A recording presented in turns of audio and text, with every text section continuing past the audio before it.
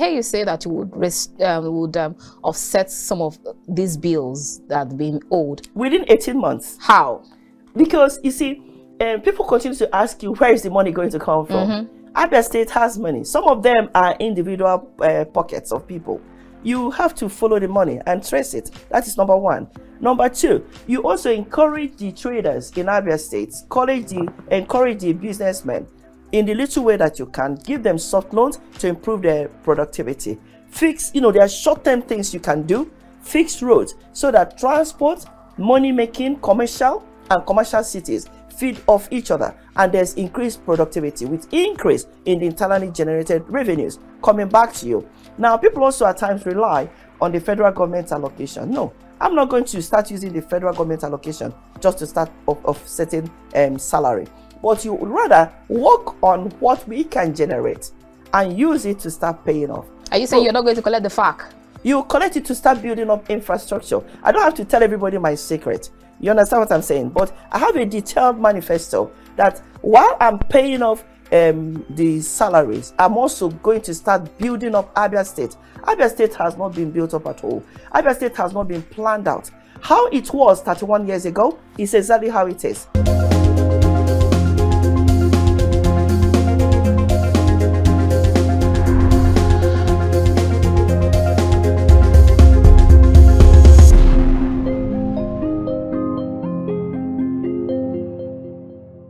We'll begin this conversation taking our quote from Ed Royce. He is an American politician who served as a member of the United States House of Representatives starting from 1993 to 2019 in California. He once said, "Nigeria is the most populated African country. If Nigeria succeeds at democratic governance, it will be an anchor for all of West Africa. Africa needs a strong Nigeria." Absolutely spot on. I quite agree with this one. All right, we'll take our second quote, and this one is from Nanette L. Alvarez. She is an author, and she once said, "Talk is cheap. Voting is free. Take it to the polls." That's the gun drum for me. Our next one is from Jenna Bush. She is an American news personality, author, and journalist. She once said, "We can all agree on the importance of voting." Yes, Jenna, we agree. Very warm greetings and welcome to The Conversation. We're reaching you from KAFTAN's television studio here in the nation's capital, Abuja. I am Annabel Orji. Abia State governorship candidate for Social Democratic Party SDP, Dr. Gladys Johnson-Ogbuneke and Johnson, has lamented the dismal governance that has been the lot of Abia State and has vowed that if given the opportunity to govern Abia State this year, she will conduct thorough investigations to find out what happened to the resources of the oil-producing state. In her own words, "My heart is broken." She made promises to better the lot of the Abians if and when given the opportunity. So my guest on the show today will be the Social Democratic Party governorship candidate, Dr. Apostle Ngozika Gladys Ogbuneke. She will tell us how exactly she intends to better the lives of her people if given the opportunity. And that's what we will be discussing here on The Conversation. See you in a bit.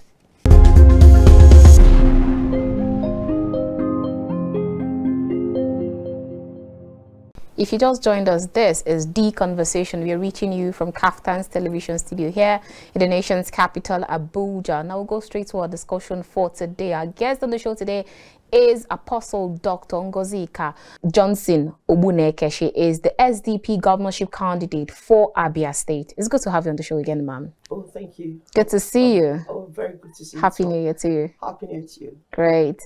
Now, so how's it been so far with the campaigns, the running around, and are you actually election ready? We are almost getting there. Oh, almost? Yes. We're close to the elections already. No, because every day is a working day. Okay. Nobody can say they've gotten it 100%. Okay. So we're still all in the field, talking to the people, talking to the electorates, and encourage them to vote right. And now that people are to collect their PVC, some people actually have not. So you still continue to encourage them. So no matter how much we, the candidates, are ready, as long as the electorates are not yet ready, so we're almost not quite ready. So we have to get the whole team. Both us, the community is ready. Okay, so aside from the electorate and then your team, what other loose knots are you trying to fix before March 11th? You know, honestly, not on me personally, okay, but I must be in sober reflection, even as I talk about the death of the governorship candidate for PDP. Of PDP, the late Professor Uche Eliezer Ikone. So that had put off a few things for the other parties as well as for PDP. So following INEC instructions, I believe they're going to have their primaries this Saturday. And there was supposed to be a debate, an aired debate, TV debate of all the candidates, which was scheduled for this weekend. But because of that, so it has now been changed to the week of the 15th of February. So invariably, almost every other party is also kind of conscientious about that and respectful that somebody dropped off like that. And with all due respect to the dead, yes, I extend my profound condolences to his family, to his party, and to Governor Keze, who is the head of PDP in Abia State. But notwithstanding, we also have to show great responsibility to the living. So we know that Abia State is in a critical position. And while we have condoled with the family, every other party member is also carrying along now with their own campaign preparations. And in the Social Democratic Party, the platform under which I'm running, we're doing no less. So we're still campaigning, we're still canvassing for votes, we're still educating the masses, going through the communities, going through the local government and the grassroots. Now, we have the presidential team under which we are also trying to flag our presidential principal, Barrister Adewale Adebayo, as well as myself, the governorship team, and then the other candidates, the House of Assembly candidates, as well as we also have House of Reps. So we all have grassroots, and all our grassroots supporters are also going in the communities, trying to talk to the community and educate them on the better choice of Social Democratic Party as the party to help and build them up.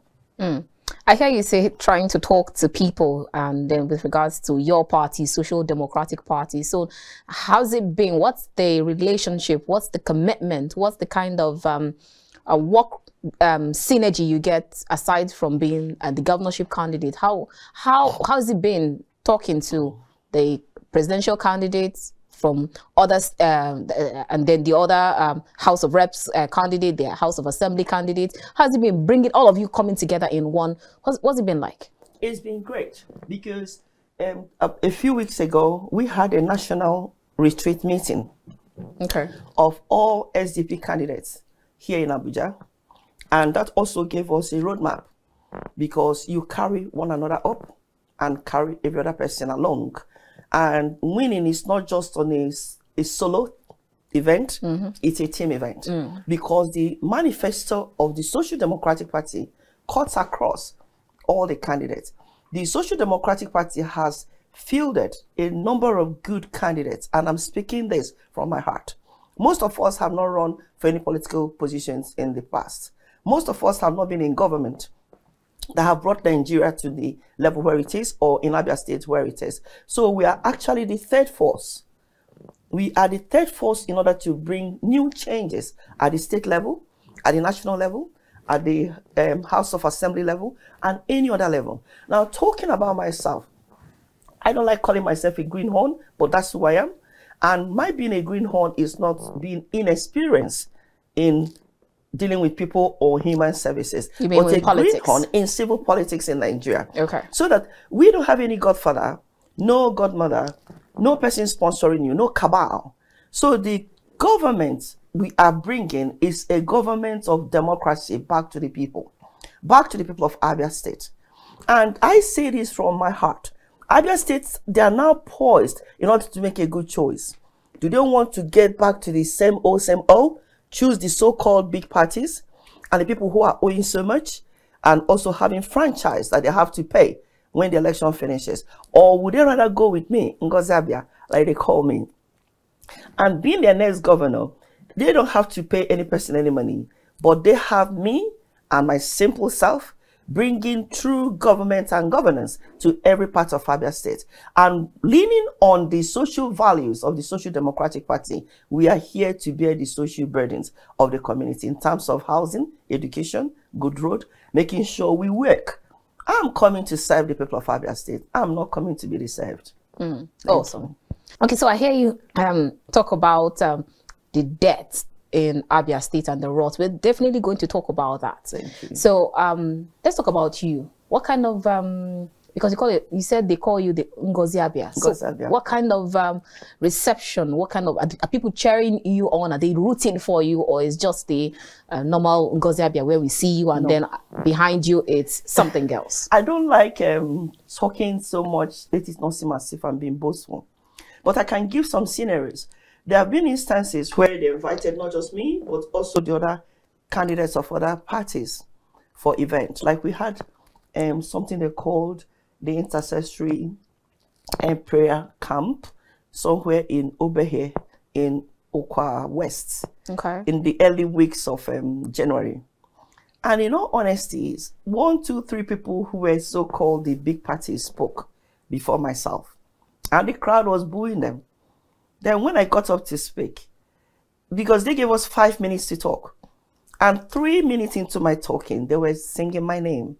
I was very overwhelmed. I was very humbled. And I told them that I don't take it for granted, the support they're giving to me. And you think that will relate to votes? That relates to vote, because as far as they're concerned, they don't want any of the old parties who have told them the same stories. They want a new person. They actually want a woman to rule Abia State, and not just any woman, a capable woman. Because for the 31 years that Abia State has been in existence, they've been governed by men. And many communities you go to, they say, no, we are not having these men along anymore. They are coming to do the same thing. So there's another lady running under PRP. Her name is, I think she's a lady barrister, Nena Lancaster Okoro. We were all also in a platform, the BBC Igbo debate of all the Goba candidates. And I told them in that platform, she also supported that idea that this campaign is actually between she and myself. It's for the communities to see what values are we bringing. But many people will think that it is going to be money politics as before. No. People are actually looking forward to choose the personalities, the people who they know will actually deliver.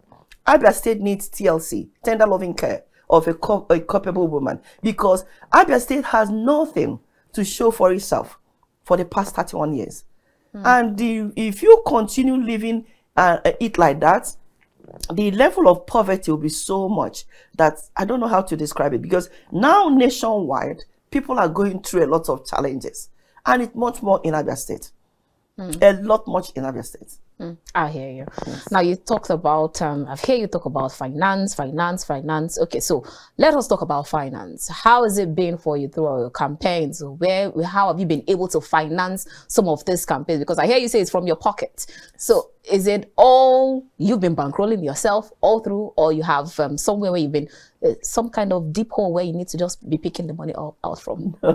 There's no deep hole.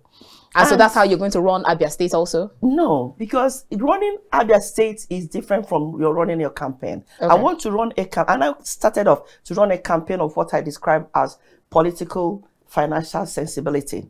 Okay, tell us about this. Yes, I don't believe that because somebody is coming up to be a governorship candidate, then it means that something that should cost 5,000 naira, you should pay 500,000 naira for it. It shouldn't mean that you have to dole out money to everybody as much as they want, simply because you want their vote, because that is inducement. Naturally, when you visit people or you invite people to visit your campaign areas, you should also give them gifts. You should give them transport support. That's what I do. Oh, so you give them transport support? Yes, but I don't go giving you a lot of money just to make you happy to come and vote for me. Because I know, like somebody coming from Arochukwu to Omahia, they are going to pay a lot of transport. And then somebody coming from Okwa East to Omahia or to Aba, they're also going to spend a lot of money. And you make them understand that this is just transport fare, because some people might relate it to voter inducement. No, it is just transport support. I don't even call it transport fare, because I'm not going out of my way to give you the full cost of your transport. I'm only just reminding you that we are all equal stakeholders in Abia State. And I'm another Abia State who has stepped forward to come and make a difference. So it is all of us working together, making the sacrifices in order to build up the new Abia State that we want. They have a choice to choose my principle of how we should want Abia State to evolve itself and from itself simply. Or do we want to go back to those people who have been bankrolled by so many big people, and then at the end of it, Abia State is owing, Abia State is in debt, and then they can give you a lot of money, then that money is just for 4 years. That money is what you are getting for the next 8 years, and nothing is being done for the people. That is the choice. Awesome. I recall you once challenged other gubernatorial candidates publicly to publicly declare their assets. So have you declared yours already? I say that when we're going to have this public televised debate, which I just mentioned, that was postponed. It was supposed to be on the 2nd of February, but because of the PDP challenges, so I understand from the team who are organizing it that it will now be on the 15th of February. And even during that debate, if we choose or they choose not to declare the asset, like I said, I'm still going to make provision what my assets are. And if God's willing, I'm the next governor of Abia State, before I take office, I must also declare my assets. Because I want every form of transparency from every level.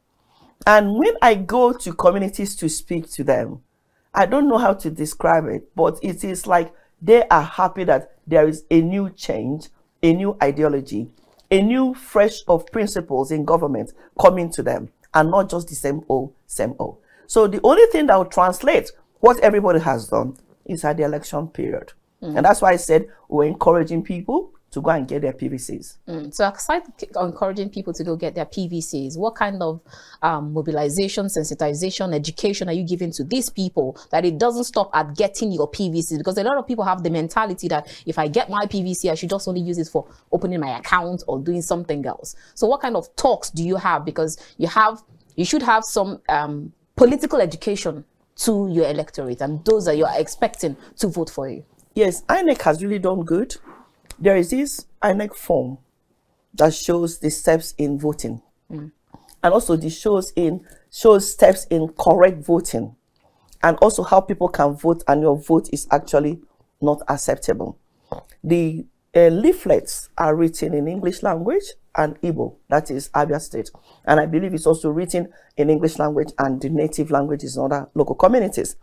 So we as a team, we've already gotten to have SDP elected officers who attended the INEC training.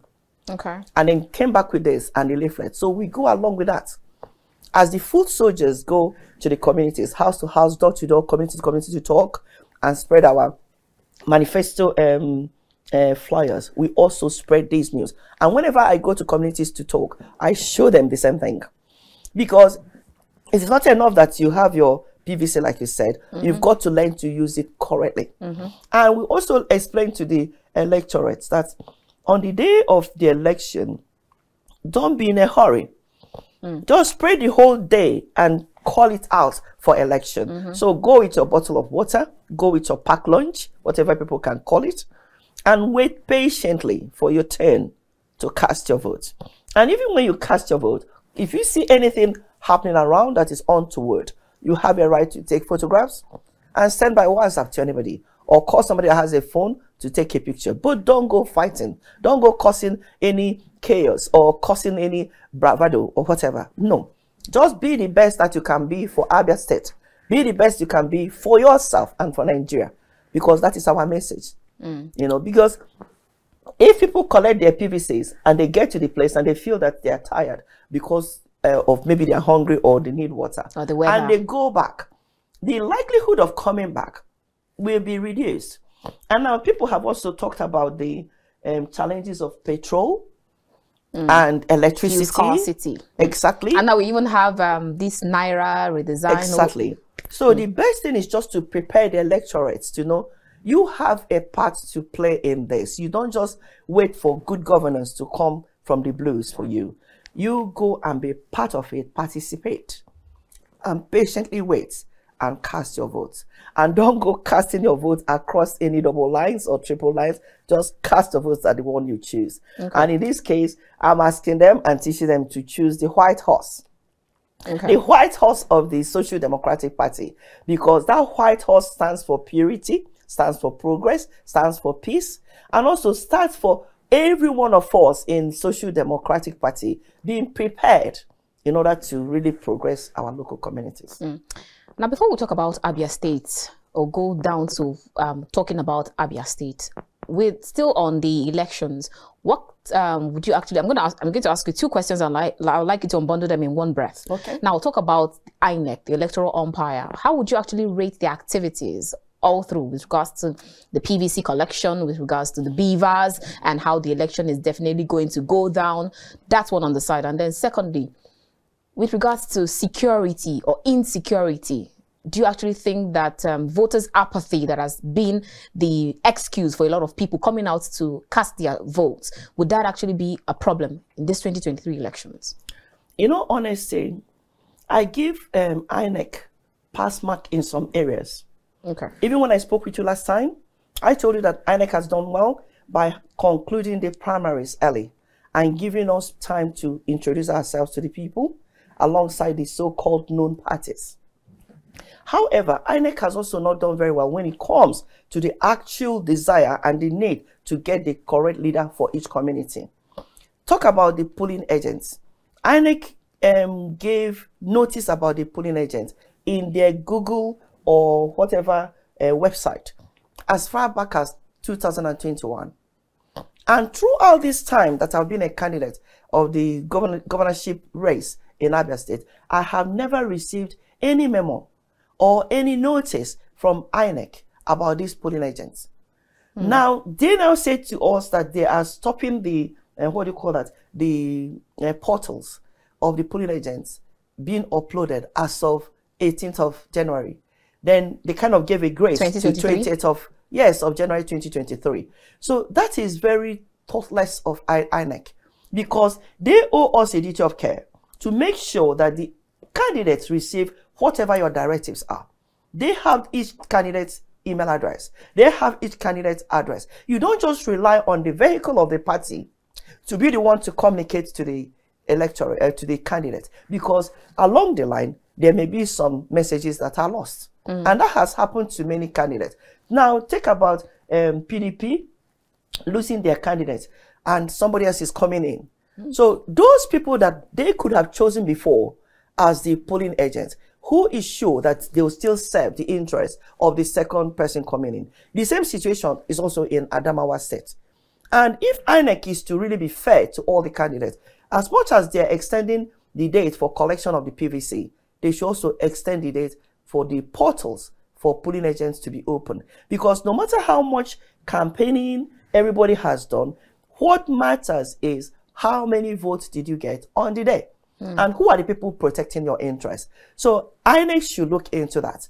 Because when you say that you are the umpire, umpire should be impartial. Umpire should provide a level playing ground. Umpire should also make sure that all their information gets to the people at the same time in equal times. They have not done that. So I'm not very happy with INEC in that. Okay. Now, coming to collection of PVC, there are some places I read from one of the online news, about 9,000 and something PVCs are still in a state yet to be collected. And you see online some people who are also INEC workers collecting people's PVC and asking them to pay for money before they collect the PVCs. Why should anybody be allowed to collect more than one PVC? Charity begins at home. So if INEC is being serious and really fair, he should educate their staff not to collect anybody's PVC for any person.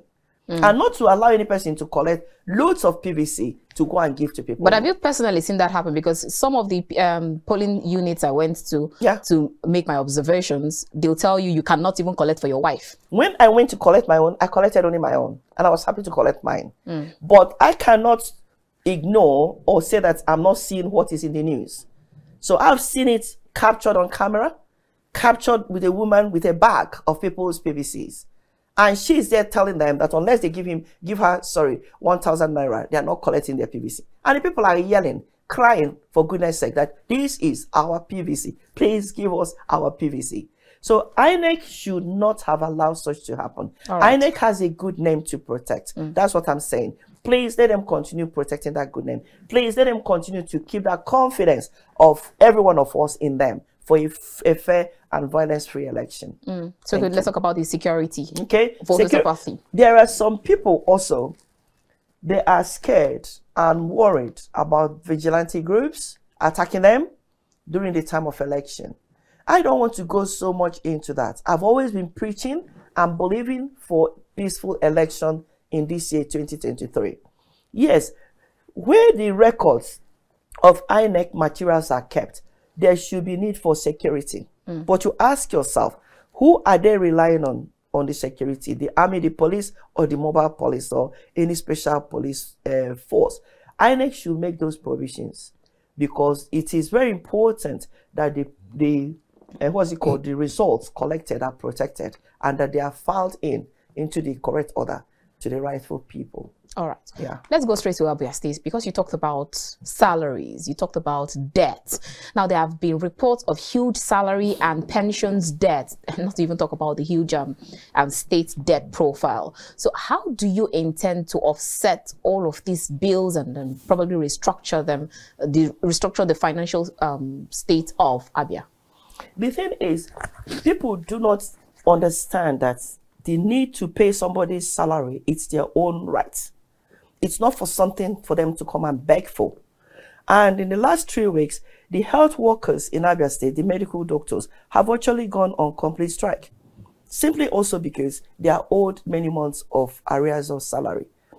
I'm not coming to Abia State in order to pep talk anybody. I'm coming to Abia State to be the #1 civil servant. And I continue to say that.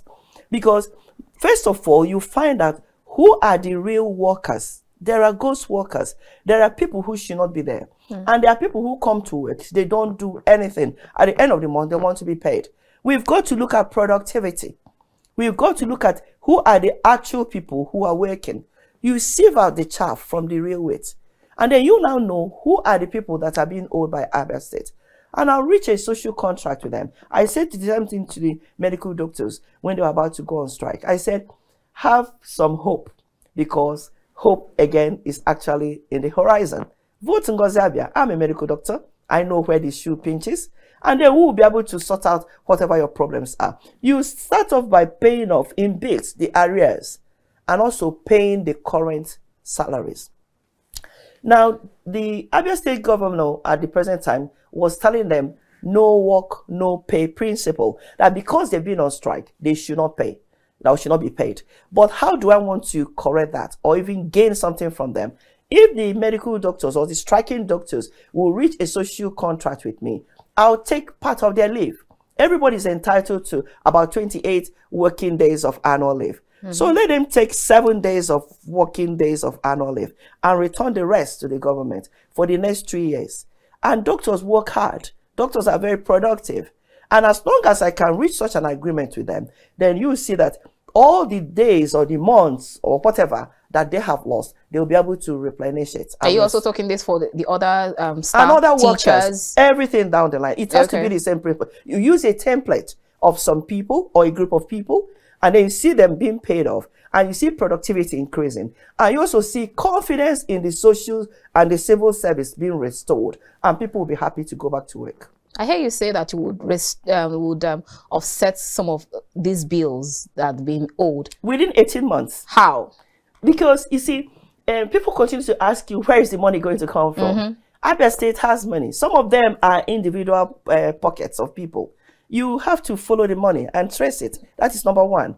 Number two, you also encourage the traders in Abia State, encourage the businessmen in the little way that you can, give them soft loans to improve their productivity. Fix, there are short-term things you can do. Fix roads so that transport, money-making, commercial cities feed off each other, and there's increased productivity with increase in the internally generated revenues coming back to you. Now, people also at times rely on the federal government allocation. No, I'm not going to start using the federal government allocation just to start offsetting salary, but you would rather work on what we can generate and use it to start paying off. Are you saying you're not going to collect the FAC? You collect it to start building up infrastructure. I don't have to tell everybody my secret. You understand what I'm saying? But I have a detailed manifesto that while I'm paying off the salaries, I'm also going to start building up Abia State. Abia State has not been built up at all. Abia State has not been planned out. How it was 31 years ago is exactly how it is. So I'm not just going to fold my arm, finish paying off salaries before I start doing some infrastructural building of Abia State. No, there are many things that we need to start doing. And while you're also doing those building up, you are creating the enabling environment for job.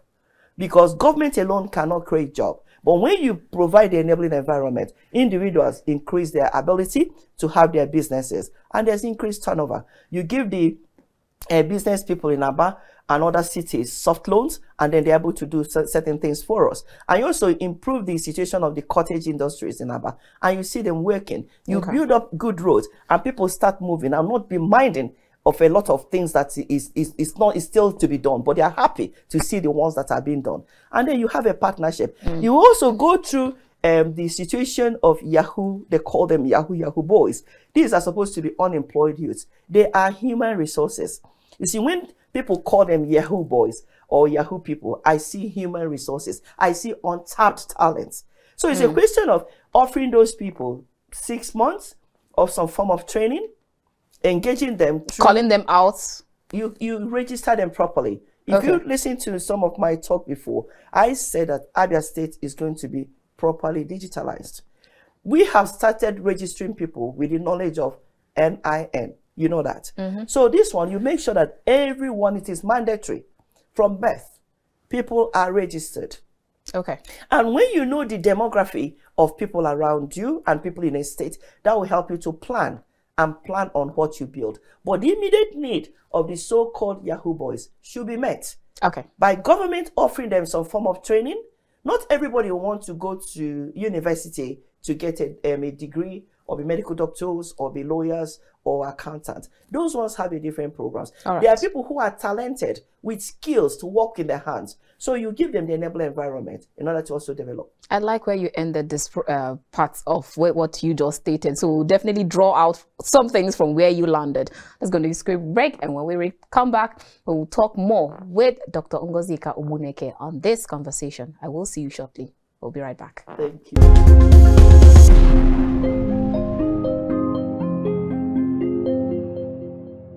Let's talk about Ada Abia or Ngozika or Ngozinda Abia. Yes. Even if we hate to admit it, we still live in a patriarchal society where you have some egoistic people, both even male and female, who will always beat their chest and say that a woman cannot and will never rule over them, and it is predominant, especially in that region. So recently, because recently we actually saw a report of the first female bishop of the country, that's Reverend Nkechi Nwosu, Methodist Church. Yes, that was enthroned by the Methodist Church, and congratulations to her. Yes. But then the backlash that followed suit is really humongous. So tell us, how are you working to win the hearts and maybe the hearts of these people, both men and female, and then or probably maybe you're thinking of stepping on some toes just to achieve your dreams and ambition. How do you intend to work? Number one, I'm not coming to Abia State to rule over any person. I'm just coming to govern and also to be the next governor of Abia State. Because it takes a lot to say you're going to rule a man, no, or a woman. That's what I mean. I'm not coming to rule anybody. But I'm asking Abia State people to count for themselves. For 31 years, males have been the governors of Abia State. And the nation, so to speak, the community, so to speak, has remained where it is. it is time, for goodness sake, to try a woman. And not just any woman, but a capable woman. So I was the first to come out and step forward and say I'm running for governorship candidate. And after I had come out, then Bishop Sunday Ono had come out. And after him, then Emeka Wampa. So if men are really supposed to be the ones we preserve it for, what were they doing? Are they not men? Or are their balls not strong enough to come out as of them? So anybody is trying to say that because somebody is not a man, he should not come and be governor of Abia State. That person is archaic. And as far as I'm concerned, the person should be re-educated.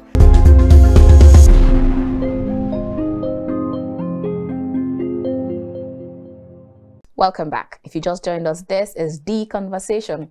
We're reaching you from KAFTAN's television studio here in the nation's capital, Abuja. If you just joined us, you've actually missed out on a whole lot, but then you can still join in the conversation. As our guest on the show today is Apostle Dr. Gladys Johnson-Ogbuneke. She is the SDP candidate for governorship candidate for Abia State. All right, before we went on that break, like I said, I actually like where you landed, where you talked about the Yahoo boys, how you're going to restructure, how you're going to help them grow, even though we know that some people will just prefer that thing that they are getting more than what any other person can give. So now, talking about that and the market, you talked about giving soft loans to the cottages, cottage industries and all. And you just begin to wonder, because like I always say, Abia State, Aba especially, is supposed to be generating a huge amount of IGR. But then it's not happening. And then it's really saddening when things like this happen. So how exactly do you intend to restore it to its the economic and commercial nerve center of West Africa? There's an Igbo adage that says, now, what does it mean? You see, as you display your goods and whatever your franchise is also to the level that you're going to get attraction for customership. The level that Aba has degenerated to has now yielded to very low economic returns. So Aba needs to be really built up. I never use the word rebuilding Abia State, because as far as I'm concerned, it has not been built up. When a state is created, there's a need to actually map out, and you will see systematic rebuilding of a state, restructuring of a state. And if there's then a collapse, then that's when you say it's been rebuilt. Okay. So as far as I'm concerned, and I've known Aba because I grew up in Aba, Aba has a lot of open-ended drainages. And these things cause waterlogs, because the citizens and the residents of Aba, when it rains, they use it as refuge dump. And because of it, it overflows. And the markets are overflooded. When I see refuge and dirty areas, I actually see energy in my heart. And that is recycling. Oh, you're talking about renewable energy? Exactly. Because when you teach the community to use the process of recycling and use it correctly, then you can now, because, you know, when you were in school, we learn about carbon cycle. And you put those things in practice. And that is how you get the renewable energy. And even get cooking gas from ordinary refuge. So why is it that our governments are not doing it? Number one, apart from getting the economic values, you also keep the cities clean and mosquito free, and people could be healthy to go to work. So Aba used to be the economic hub, like you said. A lot of things you hear made in Aba, shoes, clothes, anything, jacket, name it. And then anytime you hear Aba made, some people think it's inferior. No, but it is really good. It is a real replica of whatever you can get elsewhere abroad, and you can also see it lasting and being of value to you. So I'm going to reactivate that. And I continue to say, not only the area market of Aba, some other markets. There's this market in Ovim called Orient Market. They all have historical values. So I'm going to reactivate about 8 markets across Abia State and build them up to international standard. When you build them up to international standard, the stores will be neat. The attractions of people coming there will also improve. And then the goods that they will carry, you would think that somebody has gone to Dubai to get their shopping. Remember my first adage, so until Aba is promoted, you have to invest in something in order to get the best out of it. So that is one of my targets. So you get Aba going, you get all the other cities going, and then Abia State will be smiling.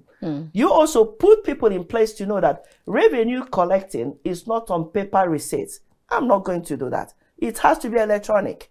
You pay your money, it goes straight into an account of the government. So that means you want to remove the usual slang job for the boys. You want to remove it, take it away from them. Oh, great. Remember, they are part of the Yahoo boys that also be engaged to gainfully work in the community. Because all Abia State belongs to all of us. Let me tell you something. I feel very pained when I go across for my rallies. I don't even want to judge the boys. I don't even want to call them Yahoo boys, because the government has not invested in these people. They've been left to just be on their own widely. It has been survival of the fittest. Across the world, the global community, you know about the 17 Sustainable Development Goals. And Nigeria is part of United Nations. So they all just go to these conferences, listen to them, travel to other countries, and come back and sit on it. What have they done to pass the message down to the communities? Because when you train the children, train the youth on the path to go, the Bible says it will be difficult for them to depart from it. So I'm going to offer them a chance to rearrange themselves. Those that didn't go to school, some of them go to adult education if they want. And those that don't want to do adult education, they'll go into their skills and acquisition, vocational training or skills acquisition training to also gain themselves in doing things. Okay. And most of them are talented. They are not useless. They are human resources. Then if there are people who feel, oh, we don't want to act right, Abia State will be having a lot of CCTVs, closed circuit televisions, in the cities. Oh, really? Yes. So there's nothing like you commit a crime and nobody is going to find you. The police will be well equipped and upgraded.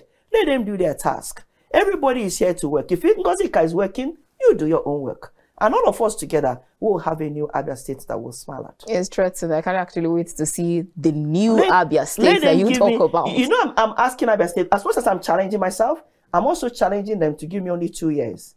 2 years, you see the path that Abia State is going to turn. And if I'm not able to achieve it, I continue to say it in my interviews. I'll be resigning and I'll call for a by-election. But I know myself. I know I'm going to do it. I have my God with me, Jehovah. God has been with me. Yes, I'm a medical doctor. I trained from University of Nigeria, College of Medicine. And during that time, I wasn't like a docile medical doctor. I was a medical student. I was active, even in student politics. I was VP of the Student Association for 4 years. And I did a lot of good work there. I'm a surgeon, not just a general surgeon. After that, I specialized in bone surgery. I'm an orthopedic surgeon. And God's willing also, I'm a lawyer, a human rights lawyer. I read international development law as well as international finance and banking law. So I'm not just going to sit back and allow people to misuse the money of the state. Those knowledge, those skills will come into play. All right. And I'm a mother. I've been able, by His grace, also to raise 4 adult children who are independently doing their own thing. So my passion is to help those children they call Yahoo boys to make something good of their lives. They are the children of other people. And while they are making something good of their life in Abia State will also be richer. All right, let's talk about Ada Abia or Ngozika or Ngozinda Abia. Yes. Even if we hate to admit it, we still live in a patriarchal society where you have some egoistic people, both even male and female, who will always beat their chest and say that a woman cannot and will never rule over them. And it is predominant, especially in that region. So recently, because recently we actually saw a report of the first female bishop of the country, that's Reverend Nkechi Nwosu. Methodist Church. Yes, that was enthroned by the Methodist Church. And congratulations to her. Yes. But then the backlash that followed suit, it's really humongous. So tell us, how are you working to win the hearts and maybe the hearts of these people, both men and female? And then, or probably maybe you're thinking of stepping on some toes just to achieve your dreams and ambition. How do you intend to work? Number one, I'm not coming to Abia State to rule over any person. I'm just coming to govern and also to be the next governor of Abia State. Because it takes a lot to say you're going to rule a man, no, or a woman. That's what I mean. I'm not coming to rule anybody. But I'm asking Abia State people to count for themselves. For 31 years, males have been the governors of Abia State. And the nation, so to speak, the community, so to speak, has remained where it is. It is time, for goodness sake, to try a woman. And not just any woman, but a capable woman. I have my track record to show what I've done. Even before I traveled to the UK for further studies and to specialize in orthopedic and trauma surgery, I was the Chief Medical Officer, CMO, of the Better Life for Rural Women under the time of Ogbuneke. And I was working in Obiomangwa local government area on secondment when the late, what's his name, Alan Wachuku was the governor of the local government chairman of Obiomangwa. Obiomangwa was big. Now it's called as Osisioma, Ugunabo, and Obiongwa. And I planted 50-bedded hospitals, 50-bedded hospitals of geriatric health centers, looking after the old and people who are weak to go to other hospitals around that community. And I'm from Isukwato. I'm not even from Ngwa area. And that is the heart that I have. So if I could do that for that local community, how much more will I not do for the rest of Abia State? So let them look at how things were done properly. So anybody sitting on themselves and says, beating their chest, a woman cannot be. After all, they said a woman cannot be the governorship candidate. And God knows I've been doing a good job at it. Because a lot of my interviews, when I finish talking, the male counterpart, they now pick it up from there and start talking. And somebody like Bishop Sunday Onoha, as well as Bishop Emeka Wampa, they are ordained ministers like myself.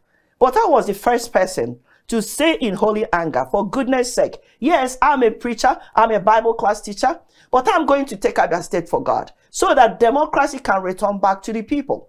So I was the first to come out and step forward and say I'm running for governorship candidate. And after I had come out, then Bishop Sunday Onoha came out. And after him, then Emeka Wampa. So if men are really supposed to be the ones we preserve it for, what were they doing? Are they not men? Or are their balls not strong enough to come out as of them? So anybody is trying to say that because somebody is not a man, you should not come and be governor of Abia State. That person is archaic. And as far as I'm concerned, the person should be re-educated.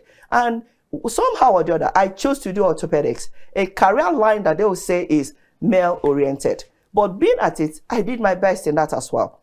I'm not used to being restricted by gender. I'm just being myself. That's why every day I sing about my dad. He is one man that God used in order to really show me that the sky is my limit. Okay. Yes, he's of blessed memory. But as far as I'm concerned, he never restricted me to be who I am. And I've been able to walk along a lot of men who are very intelligent people in the Social Democratic Party. They never said, oh, because you're a woman, you cannot be our ticket. Okay. The national chairman, Alhaji Shehu Musa Gaban, the National Secretary, Dr. Olu Agunloye, and our presidential candidate, Barrister Prince Adewole Adebayo, they've all been supportive to me, as well as other female candidates of the Social Democratic Party. All right. So it is really time that people in Abia State, please, let them give way and understand those segments of people who have such views. Let them give way and see that whether somebody is a man or a woman, let them look for capacity, capability, courage, the content of that person, and also the sincerity of the person to work. When I go to places like Ohafia and Abiriba, as well as Sarochiku, I don't get it. Because these are the warriors. These are the men that you say, oh, they are the fighters. Oh, and they say, we want a woman to come and be the next governor. All right. And I'm happy with that.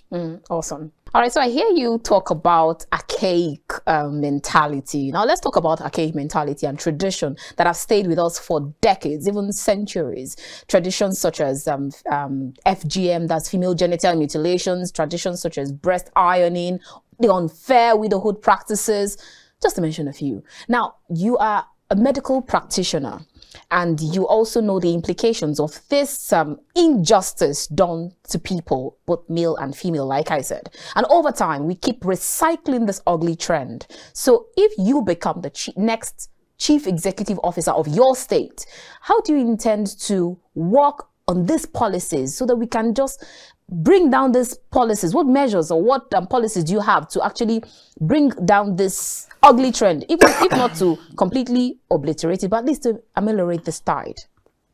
I'm going to answer this question with not just a question, but a throwback. Remember also in Southeast Nigeria and Southwest Nigeria that there was a time when they used to kill twins. And then a lady comes along, Mary Slessor, And through her work in the Calabar areas that spread to the other parts of Nigeria, people now understood that twins were normal people. And now people are just looking for twins. Triplets, quadruplets. Everything. So it all boils down to education. Okay. I'm not saying that those things are a cake or in any way to be disrespectful to anybody. But I'm saying it on the level that we need to help those people come a bit more to the center. Because invariably, everybody is entitled to their opinion. But we have to do things for the greater good of the community. So when you take up issues like FGM, female genital mutilation, the medical implications are huge. When the woman goes to a level of childbirth, she goes through trauma. When she goes through the time of marriage, she doesn't enjoy sexual relationship with her husband. And then there are problems, there's psychological problems. So when you educate the communities of the complications of these things, then they should know better. Okay. Some people that have what we call blood clotting problems, hematological problems, some actually bleed to death. So why should you allow your daughter to go through that? Then you go through other kind of medical problems, the breast ironing. What for? The breast is kind of like a tubular organ, and from the tip of the nipple, blood vessels, lymphatic vessels, all the other chains that goes through the normal cycle now fit into bigger vessels that go under the armpit and then run along. So when you are trying to do all those breast ironing and cause problems to people, you may be shrinking things together. And when the woman goes in future to start having breast lumps or breast problems, what is the point? It all boils down to education. My government and myself, we are going to create what I call as the Health and Social Care Department, which is away from the Ministry of Health. Because when you have the Health and Social Care Department, there are a lot of social issues that are now entwined into health matters. And these FGNs, homelessness, sexual abuse, widowhood abuse, they all come into there. And it's not only the women who are being abused, there are also some men who have been abused in the marriages or relationship, and they are not able to talk about it. But when we have a department that can look into all those, they can confidently go there. And part of this also vulnerable people in the community, people living with physical challenges. 2 Fridays ago, I was at the School of the Blind in Omahia. And also, I had the opportunity to meet the Abia State chapter of the people living with physical disability, you know, and I talked to them and I encouraged them, you know, letting them know that I'm going forward to have an inclusive government. I told them about the life of a gentleman I know, Baron David Blunkett, who was born blind in the United Kingdom. And he has lived a full life, served as an MP in the British politics and British Parliament, and now is a baron in the House of Lords. So if somebody is given such an opportunity in today's generation, why can't we make such enabling environment for our people? That somebody has problem of blindness, it does not affect their brain. So there's still ways in which they'll be useful to our community and live a fulfilled life. So I'm going to integrate all those things. Those people who are actually having their own reservations about a woman being the next governor, yes, we explain and teach them and also give them time to assimilate the knowledge, but let them know that this is 21st century. A woman has flown the aircraft. When they traveled to UK, when the Queen Elizabeth was there, they respected all the laws. Everything was done in Her Majesty's name. So then why should they come to Nigeria and they'll feel aggrieved that a woman, Ngosika, is coming out to be the next governor of Abia State? They should wake up. All right.